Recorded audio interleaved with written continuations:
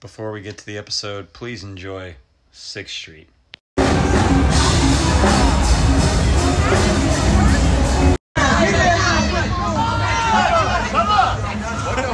I don't even know. Oh, fuck.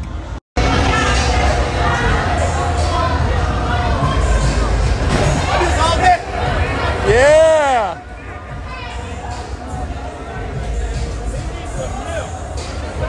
Bro, he did way more than I thought he was going to do.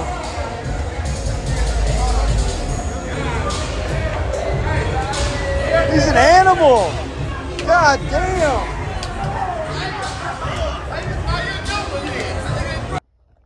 What's up, Twitter world? It's the White OJ. Paleface Killer Whale. Fucking.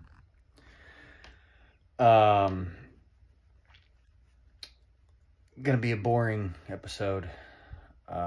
I got on Kill Tony though, so in 3 weeks I will be on the episode with Matt Rife. It was wild. I had a fucking long week, so I really wasn't in a hurry to post a video or anything like that. Went to a couple more Dazed and Confused locations, and then I wanted to go to the University of Texas, to the clock tower, and interview students about the shooting, but I didn't. Maybe I will, you know, sometime, but I just didn't have anybody to film me. But yeah, let's cut to brass tacks. I got on Kill Tony for the first time. I had a good set, I think. Yeah, I'm happy with the set. The interview was just I was really nervous for the interview, and Tony was a fucking prick. Just straight up was a fucking prick to me. I could just tell right away, just his energy. Like he didn't comment on the set at all that I can remember. I can't even remember what I said to him, but he's like, yeah, you didn't set me up, because I said, oh, I set you up for that, and he's like, you didn't set me up at all. Maybe I didn't, I don't know, I was nervous, but yeah, he's just a fucking, I said another thing too about living in Pflugerville, and he said some fact about it, and I said, yeah, exactly, and then he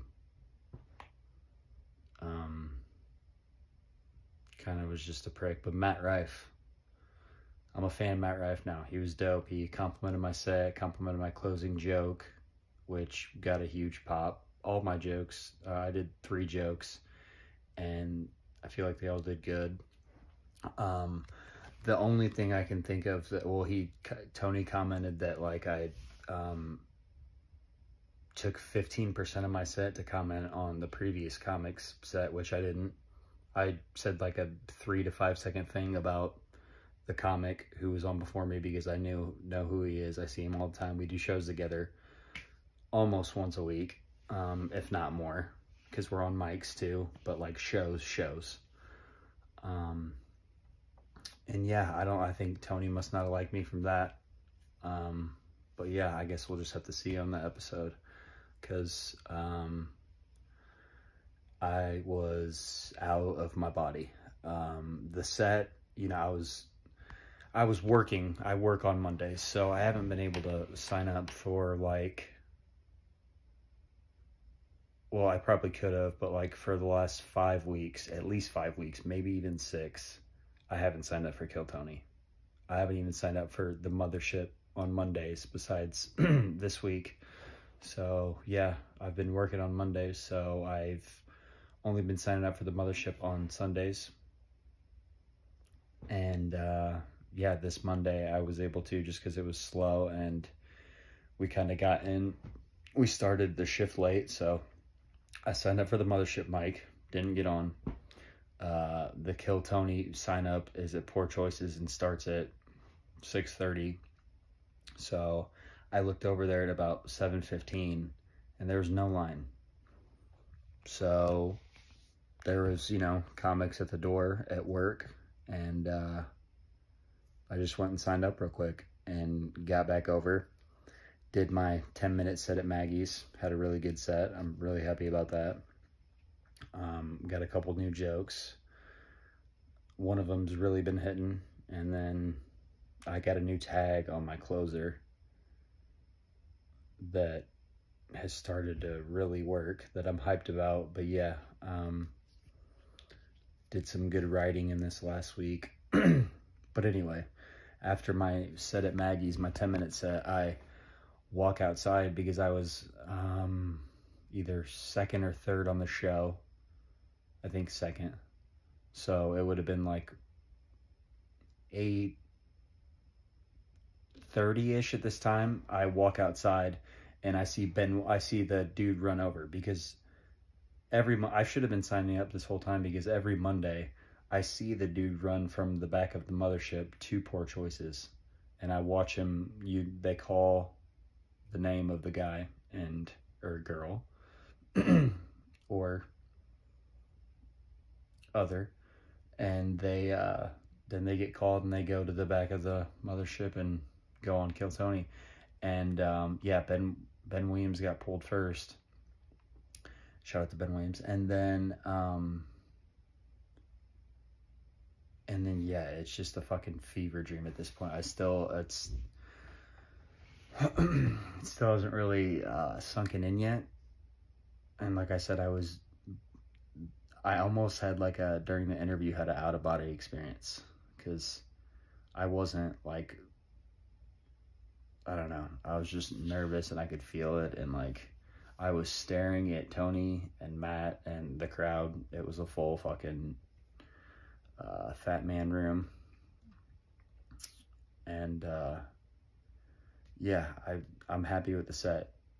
And yeah, Tony just didn't like me, so I got a little fucking joke book, which is bullshit, because I've watched sets where they don't get laughs and they get a big joke book, and Tony's just in a good mood. I just caught Tony in a fucking little prick mood, and he didn't like me from the jump. So we'll see.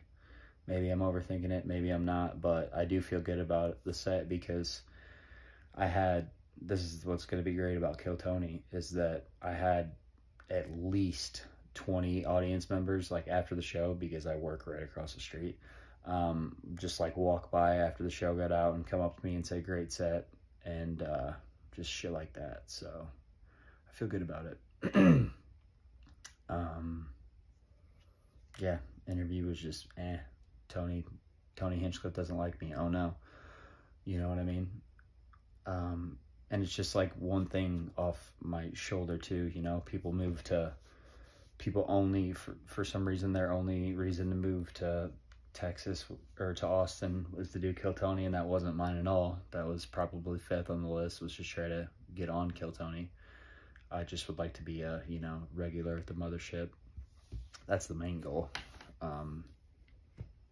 Kill Tony's not the end all. It's going to be cool. Hopefully, I guess in 3 weeks, we'll see what it does to my social media. And if I get booked on shows around town, I'm already hopefully getting, this community's, what I love and also hate is how much Kill Tony fucking matters in this town. It's insane. But I do love I'll shout out the community for this, because the second, I didn't paint the picture right, because I talked about being out of my body, sorry. So I walk out of Maggie Mae's after my set. Ben Williams gets called. Then this is where it all gets crazy. I fucking am standing there, and I see just 3 people sprinting at me and going. So I fucking sprint over to Poor Choices, and shout out to Solomon Craft and fucking Buffalo Billy, and a couple other, Matt Banwart actually too. He fucking was calling me on Instagram, and then Nate Lorette messaged me too. But yeah, fucking Solomon, him and I even had a pact. He's like, if you get called, I'm gonna run over to Maggie's. And he was in a fucking full white blazer, in 105-degree Texas heat. He was in a full suit and shit, and sprinted. I'm talking, I can see him trying to get through, because there's a fucking huge group of people that once the guy comes over, everyone swarms the front of Poor Choices. So there's just a swarm of people. And yeah, dude, shout out to Billy, because I fucking saw him, like. So yeah, I sprint over, the guy comes out of Poor Choices, and then we walk into the back of the mothership, where I fucking, you'll just have to see in 3 weeks. So yeah, 2 or 3 weeks. I think it's 3 weeks. Unless something happens with Matt Rife. What if, like, he gets trumped, you know? Hopefully not. Hopefully it's Tony, because Matt was dope. I'm a Matt Rife fan now. Not, you know, whatever. He was dope. He was cool. He complimented my shit. Took a shot at Hans Kim, so you'll see that. But like, subscribe. Hopefully I get a little boost. Along with Jake Stone. Shout out to Jake Stone always. It's my ride or die here in this town. Along with Jake Stone, shout out to Blind Mike and all the people back home that reached out. I'll probably be on, I'm assuming, it seems like I will be on Blind Mike. We're going to talk about the Kill Tony episode when it comes out. So, yeah, be on the lookout for that. I'm not sure when that'll drop, because it comes out on a Monday night, and I usually work Mondays, so we're gonna have to figure that out. But that's neither here nor there. Yeah, I'll get another Dazed and Confused episode or location up soon. Gonna hit a couple more spots. It's just been literally like 105 every day these last few weeks, and I think it's only gonna keep doing that. It's August. I'm fully aware of that, but I got spoiled this summer, because it was like rarely did it ever get over 100 this summer. So yeah, that's it. That's all I can fucking think of. Like I said, hasn't fully sank in yet. It maybe will when I wake up tomorrow. This whole experience, kind of moving and being an Austin comic, has kind of felt like a dream, you know, getting a door guy spot right across the street from the mothership, and then being able to just rub elbows with a lot of people that, you know, I'm doing shows with a lot of high quality comics, and then I see comics that are getting booked around town and are getting praise that I don't find high quality, and the crowd, it's not just my taste, the crowds aren't laughing. Whatever. Yeah. I talk about in the interview, I'm just going to say it now, because like it's coming up, like my 3-year anniversary.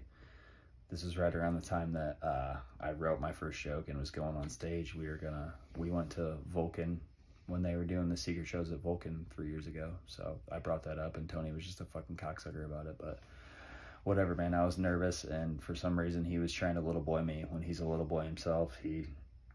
If we stood in the room together, he'd be looking up to me. So Tony, you're gonna remember me one day. But until then, it's the White OJ. Fucking love you, Pete Terry's. I love you.